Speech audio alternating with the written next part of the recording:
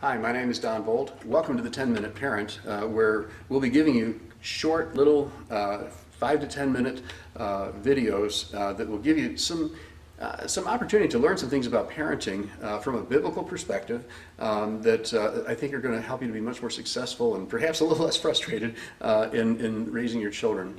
All right, today I just want to do a short teaching on being the first best source. Okay, what does it mean to be the first best source? Well, think about this commercially just for a moment. If I am selling garden supplies, I want the public to think of me as the first place you go. I want the public to think of me as the best place to get these things. All right, and so I'm going to do a lot to make sure that I convey that to the people that I hope will come to my store. Why? Well, because I realize if they think I'm the second or third best source, they're going to come to me second or third, and by the time they get to me, if they get to me, I'm going to have to work through all this misguidedness that they've accomplished or accumulated over the long, time that they've been, seeking out this truth. And then finally they get to me. Why do I want them to think of me as the best source instead of the second or third best source? Well, because when they come to my shop, if what I'm suggesting that they do is going to cost them a few extra dollars, I want them to feel like, yeah, but these people give us the best advice. They're the people who give us the best opportunities to do the right thing. And so, as a parent, I think you can see you want to maintain this place with your children.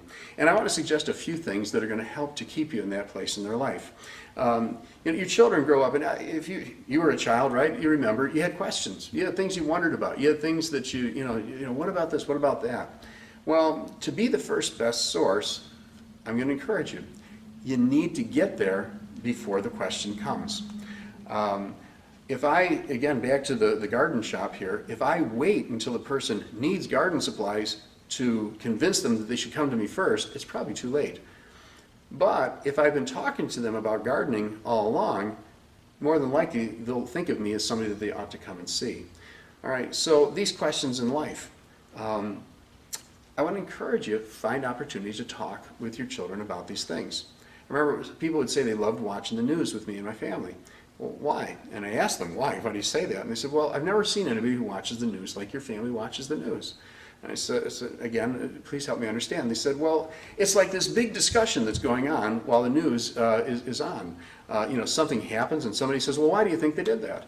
And it's like, well, I think they did it because of this. Well, I think they did it because of something different. And there's this whole big discussion that goes on where, you're discussing what happened and how that applies to us. And, is there something we should do? Is there some way we should respond to all this? And they said, it was just amazing to watch your family do this. Well, that was just a small piece of a larger picture, which was this conversation that was going on about life. The Word tells us that the things that God had commanded us about how to live our lives, we were to teach them diligently to our children. And that word diligent means to like you're tenderizing a piece of meat, to work those herbs way down deep into that piece of meat with a fork. Okay, well, we're to be doing this with our children, constantly infusing them with the truth. And then it gives us some very specific instruction. Talk about these things when you sit at home, when you walk along the way, when you rise up, and when you lie down.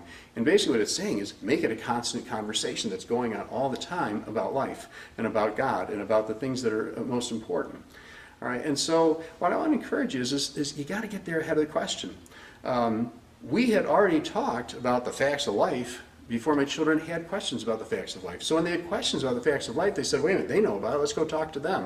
All right, and so becoming the first best source and maintaining your place with your children as much as possible in that becomes a very important thing. Now, there are some things that, let's face it, I'm not very musical. When it came to teaching music to my children, I had to introduce them to somebody else who was going to be that first best source in that area. But when it comes to living life, when it comes to understanding the mysteries of life, I wanted them to think of my wife and I as the first best source. And so with that, I'm going to say God bless you. There's a lot more to learn, so we hope to see you again here at the 10-Minute Parent.